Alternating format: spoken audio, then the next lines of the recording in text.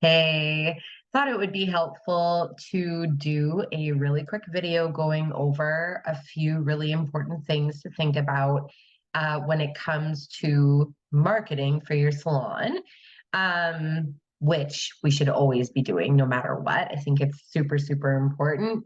There's always room in your schedule for a new client, right? And when you're doing marketing, then you're also staying in touch with existing clientele who maybe have just been, they want to book, they keep forgetting, whatever. So if an ad lands in their news feed and we make it really easy for them to book right then and there, you're going to see a lot more frequency when it comes to clients. Because remember, the top three rules when it comes to business is to, number one, increase the amount of clients that you get in. Number two, increase the frequency in which they come in. So we want them to come in more often. And number three is to increase the average ticket value. So that means the amount of money that they spend when they come in, the amount that they buy when it comes to retail, the amount of services that they get from your salon. So maybe if a client is a balayage client, they're not in very often, but let's increase the amount of retail that they spend per year. Let's get them to book in for additional services that you offer. If you offer, makeup services or aesthetics or massage or lashes or nails or any of that stuff, right? We want to increase the average ticket value of a customer. So that brings me to, what do I spend on my marketing? So that's the first question I always get. And the question that I like to ask back is, what kind of customers are you trying to attract to your business? And what is the average ticket value of a customer? And so let's just say you want to attract lots of different types of people to your salon. Chandel, anybody would be great.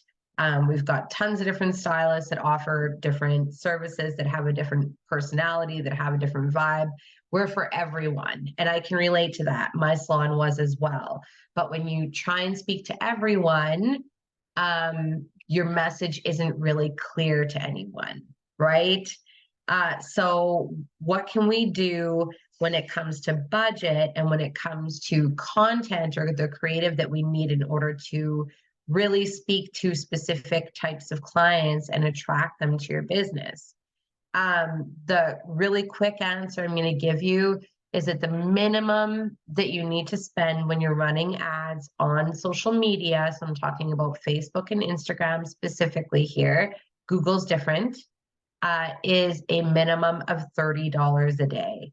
And that is because it is important to run at least two different pieces of creative so that we can always test. Okay. So a minimum of $30 a day. Now, let's just say, and I've got data to back this up with tons of clients that I work with, let's just say based on $30 a day, you get 2 leads come in per day. So that's somebody who's raised their hand, filled out a form, and we now have their contact information. Let's just say, out of every 10, that 2 book in. So let's do the math.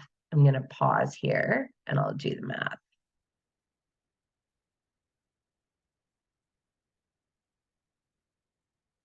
I don't know how to pause the recording. Oh, there we go. Haha. Okay, I'll be right back.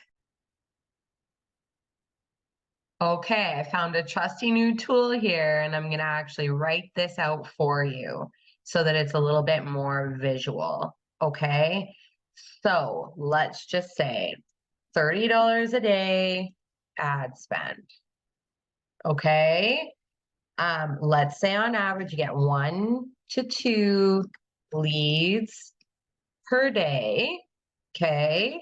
A lot of the studios that I run ads for, right now, we're in Q4, the end of the end of the year, we're in December, it's expensive to drive traffic.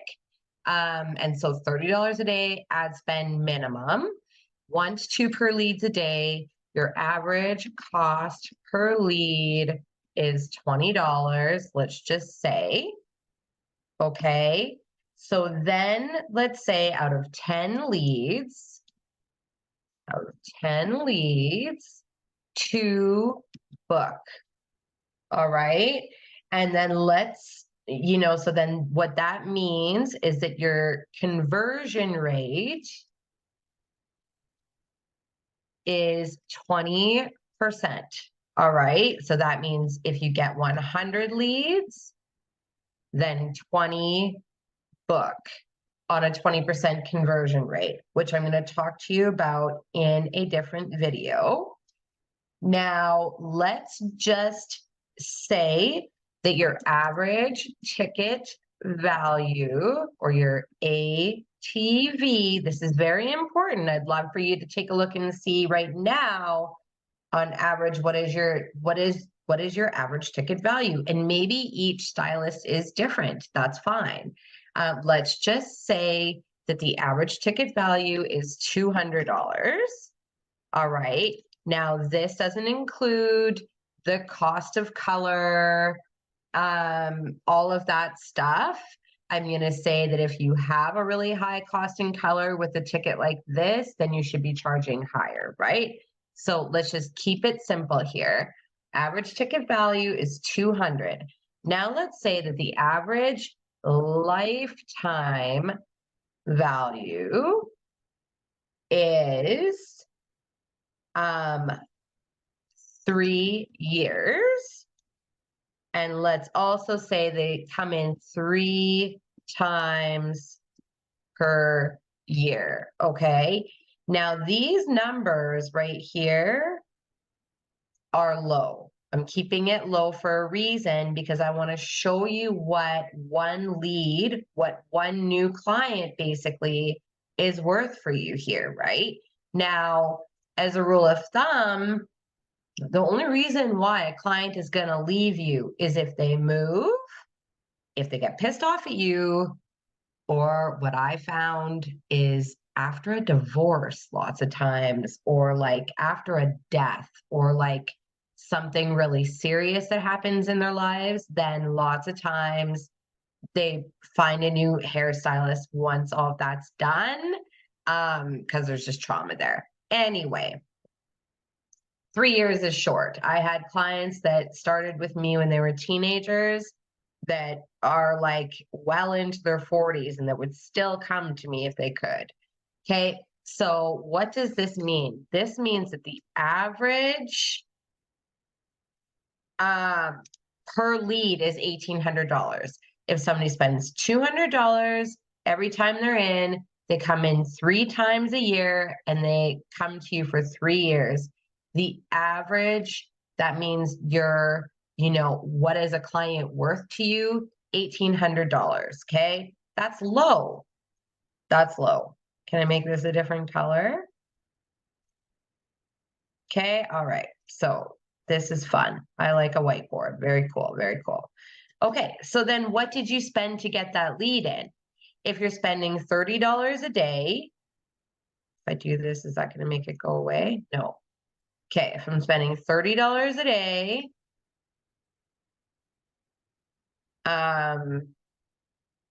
times 10 days. Well, let's just do this. $30 a day times 30 days is $900 a month. Okay.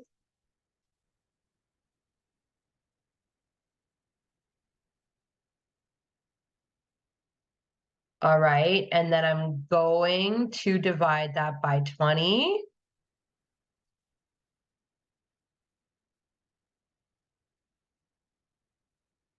Which is our cost per lead.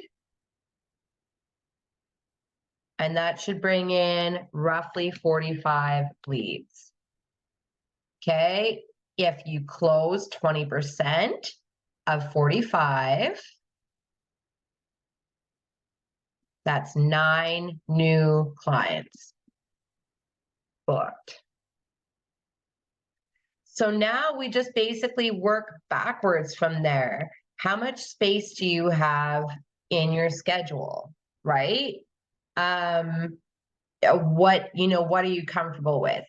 I really recommend starting with higher than $30 a day, just so that you have lots of leads coming in right away. And then we can really start to dial things in, test different copy, all of that fun stuff. So, what are your goals? When you look at your schedule, how many spaces do you have that could be filled? And what are those spaces actually honestly worth? So I would take I like pen to paper, take a piece of paper, write that down. You decide what you want to spend on ad spend, but do not spend any less than $30 a day. And do not turn anything off until you've been a month in. So your minimum ad spend investment here is $900. Okay. So now I'm going to pause and figure out how to get rid of this whiteboard. Okay, so got rid of the whiteboard. Now I want to talk to you about speed to lead. So that's great. You're bringing in, 100 leads a month.